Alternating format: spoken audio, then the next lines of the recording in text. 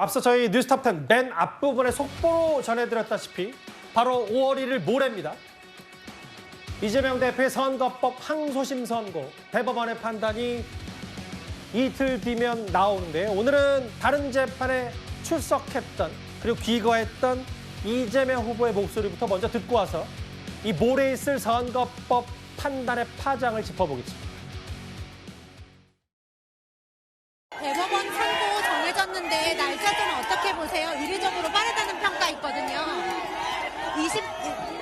법대로 하겠지요. 네, 27일 증인신문 때는 출석하시나요? 법대로 하겠지요. 아까 나왔던 이 얘기 먼저 하나하나 살펴보기 전에요. 그 최진영 변호사님, 네. 법조인이시니까 전원합체 회부된 지 9일 만에 상고심 선고가 나옵니다. 이렇게 빠른 거 보신 적 있으세요? 상당히 빠른 건 사실인 것 같습니다. 다만 아시다시피 지난번 그 이재명 경기지사 때 2심에서 벌금 300만 원을 받았다가 대법원에 가서 대법원 전원합의체 판결에서 파기환송되면서 정치적으로 생활했던 적 있지 않습니까? 그때 같은 경우에는 전원합의체 회부된 다음에 한 달 만에 판결이 나왔습니다. 그런데 이번 같은 경우에는 전원합의체 판결로 회부된 다음에 거의 그 10일이 채 되지 않은 상태에서 나온다는 것은 상당히 속도감이 있다라고 얘기를 하고 싶고요. 다만 그 결과가 어떻게 될지는 누구도 지금 예측하지 못하는 것 같습니다. 예. 민주당 같은 경우에는 이렇게 빨리 됐으니까 당연히 검찰 상고 기각 아니냐 하는 그런 부분이 있는 것이고 예. 반면에 이렇게 빨리 하는 것은 결국 후보 등록에 들어갈 경우에는 공직선거법에 따를 때 더 이상 후보를 교체하거나 변경할 수 없는 그런 부분이 있기 때문에 예. 유죄로 파기환송 내지 파기자판을 하고 그에 따라서 민주당이 새로이 경선을 하거나 아니면은 2위에게 그 기회를 주려고 한다는 그런 어떤 정치적 고려를 했다. 여러 가지 해석이 있습니다.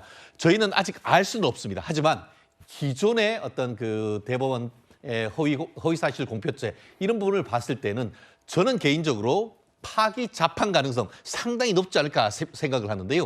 어쨌든 지금으로서는 굉장히 빨리 선고했는 것은 그만큼 이재명 후보가 본선에 갔을 때 어떻게 보면 그 당선 가능성이 적지 않고 그런 경우에서 나중에 어떻게 보면 대법원의 판결이 선고됐을 경우에는 정치적 불안 이런 부분을 종합적으로 고려한 것은 분명한 것이고 그만큼 그렇게 중요하기 때문에 다른 어떤 사건도 제쳐놓고 이렇게 빨리 선고한 것이라고 저는 생각합니다. 잠깐만요. 최 변호사께 질문 하나 더 드리면 보통 이렇게 빨리 대법원이 판단을 내릴 때는 대법원이 직접 이 결정하는 형량 파기 자판보다 고법으로 돌려보내거나 혹은 그 검찰의 상고를 기각한다라는 건데 최 변호사는 개인적으로 대법원이 직접 형량을 결정해서 혹은 지난번 전부 무죄를 뒤집을 가능성도 배제할 수 없다는 말씀이죠. 저는 여전히 그럴 가능성은 살아있다고 생각합니다.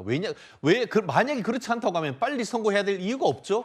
만약에 무죄 취지로 해서 그냥 그 상고 기각을 한다고 하면은 이렇게 빨리 할 필요는 없는 것이죠. 결국은 조금 더 시간을 두거나 아니면은 지금 대선이 있는 이후에 선고한다 하더라도 이후에 어떤 정치 일정에 아무런 어떤 영향이 없기 때문에 그저 어떻게 보면 그 현직 대통령에 대해서 대법원이 정치적으로 굴복했다 이런 비판을 있을 수도 있겠지만 만약에 이런 상황 속에서 파기환송하거나 아니면은 무죄를 선고한다 이렇게 하면은 현실적으로 이렇게 빨리 선고를 할 이유가 사실은 없습니다. 예. 그렇기 때문에 이렇게 빨리 한마디로 왜 이 빨리라고 하는 것은 뭡니까? 5월 1일이면은 그 한덕수 국무총리 권한대행도 사표 낼 수 있는 기한이 5월 4일 아닙니까? 그 전 그리고 대법원의 대통령 후보 등록 기간인 5월 중순도 이전이기 때문에 결국은 가급적 빨리 선고를 함으로써 향후의 어떤 정치 일정에 어떤 영향도 미치지 않고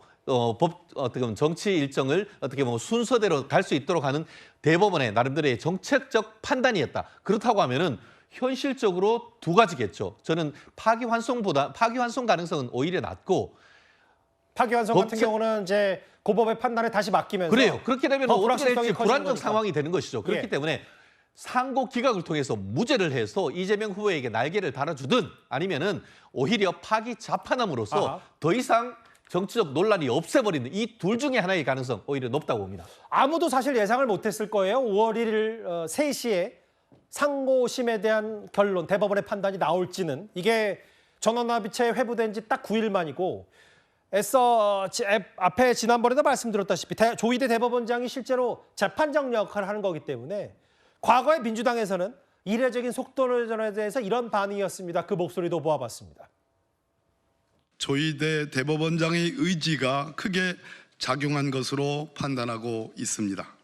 대통령 보궐선거를 앞두고 원칙을 앞세워 또 다른 변침을 시도한 셈입니다.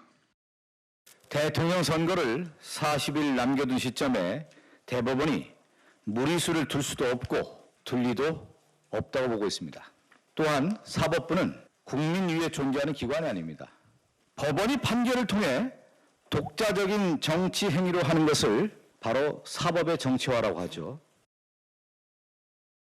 당시 이제 민주당 사람들이 이제 박범계, 박성주 두 의원은 애둘러서 약간의 대법원을 비판하는 듯한 취지의 얘기를 했었는데 최진봉 교수님, 네. 국민의힘은 이런 신속 판결을 환영한다는 입장인 반면에 민주당도 비슷한 취지긴 한데 무죄를 확신한다. 민주당도 이렇게 공식 입장을 냈네요. 왜냐하면 빠르게 판결을 내린 거잖아요. 그렇게 얘기하기 때문에 보통 이제 대법원에서 결과가 빨리 나오면 예. 상고 기각일 가능성이 있어요. 그럴 가능성이 높기 때문에 그렇다고 보여지고요. 만약에 왜냐하면 2심에서 유죄가 나왔다면 모르지만 2심에서 무죄가 나온 상태에서 이걸 뒤집어서 유죄를 만들려고 하거나 아니면 파기환송을 하려면 시간이 오래 걸릴 수밖에 없습니다. 왜냐하면 조목조목 100페이지가 넘는 2심 판결문에 대한 조목조목 반박도 해야 되고요. 그 논리가 뭐가 잘못됐는지를 확인해야 되기 때문에 시간이 좀 걸릴 수 있고 예. 전원합의체 판사들이 대법원 판사들이 대법관들이 함께 논의하는 과정에 시간이 좀 걸릴 수 있는데 이렇게 빨리 결정을 내린다고 하는 것은 일반적으로 그냥 추측해서 말씀을 드려보면 이거는 상고 기각이 나올 가능성이 있다. 즉 2심 판단에 크게 오류가 없다는 법률심이기 때문에 법률적 판단에 크게 오류가 없다는 판단할 가능성이 높다고 보여집니다. 예. 그런 점에서 본다고 하면 민주당 입장에서는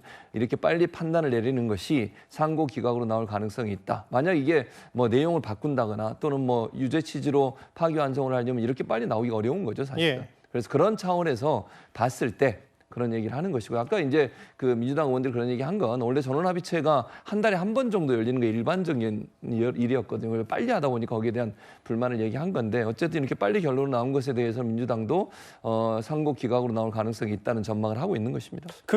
최진봉 교수께도 공의 하나 한 번 더 질문을 드리면 예. 예를 들어 가정입니다만 가능성 중에 파기환송 고법으로 돌려보낸다.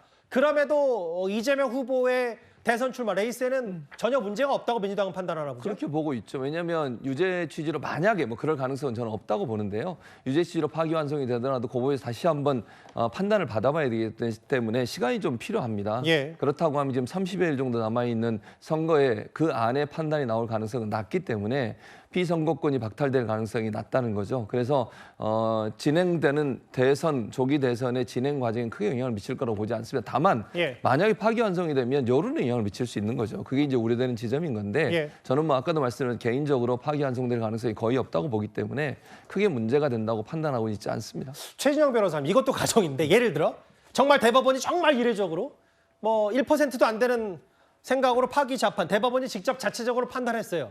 근데 유죄를 내렸음에도 예를 들어 100만 원 이하의 벌금형을 내리게 되면 또 그거는 또 이재명 후보의 대선 레이스와는 또 상관이 없는 거잖아요. 그렇습니다. 그 법대로 하면 되는 것이죠. 예. 법대로. 말 그대로 법이 어떻습니까? 공선법에 따를 때는 예. 공직선거법 위반과 관련해서 100만 원 이상의 형이 선고되면은 경우에 따라서 5년 동안 피선거권이 박탈될 수 있고 10년이 박탈될 수도 있습니다.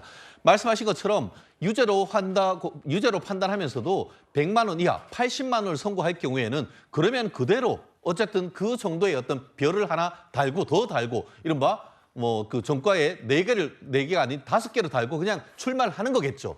그렇지만 그것이 아니고 100만 원 이상이 선고되면서 지난번처럼 징역 1년, 집행유예 2년 정도 되면은 피선거권이 10년 정도 박탈됩니다. 예. 그러면은 어떻게 되느냐?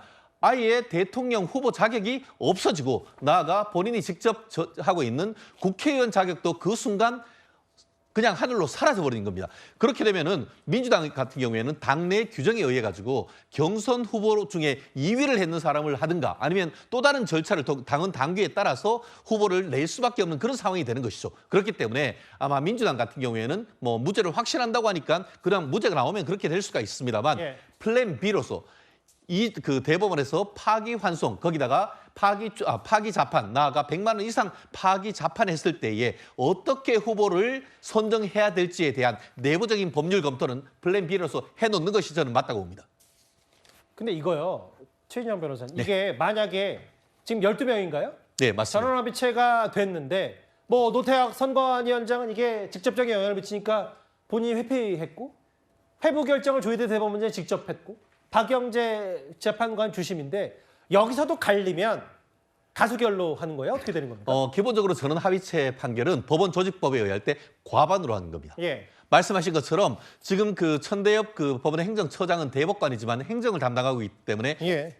어떻게 보면 제외되는 것이고 그럼 13명 중에 결정을 해야 되는데 노태학 그 대법관 같은 경우에는 중앙선거관리위원장으로서 이번 대선을 관리해야 되지 않습니까? 예. 그렇기 때문에 본인은 스스로 회피를 했습니다. 결국 12분의 대법관이 판단을 해야 되는데 이 상황 속에서 12명이니까 7명 7명이 유죄를 선고를 한다고 하면은 그것이 그대로 그 주문에 반영이 되는 것이고 6명이 소수 의견으로 그 내용을 쓸 수밖에 없는 것 같은데요. 저는 이렇게 생각합니다. 결론은 12명 말 그대로 전원 합의로 해가지고 이 사안에 대한 결정이 나올 가능성이 높습니다. 그것은 마치 윤석열 전 대통령에 대한 파면을 할 때 전원 헌법재판소가 전원 합의체 18명이 전원이 해서 사회적 논란을 없애는 것처럼 이번 판결도 그와 같은 이치에 봤을 때 전원이 유죄거나 전원이 무죄, 저는 그렇게 예측을 합니다. 그 알려지기로도 지난 22일과 23일 두 차례 이렇게 한번 모였었고 그런데 확실한 건 아까 최진봉 교수 말처럼 뭐 무죄를 전망하는 쪽과 그렇지 않은 쪽이 갈리는데 빠른 건 분명해 보이면 5월 1일에 이 12명의 재판관들이 비교적 의견이 일치됐기 때문에 5월 1일 3시에 선고를 한다. 이 정도의 합리적 추론은 가능할 테니까. 알겠습니다. 아까 이재명 후보 분명히 뭐 법대로 하겠죠라는 표현을 썼어요. 국민의힘은 이런 신속 판결에 환영한다는 입장을 냈고요.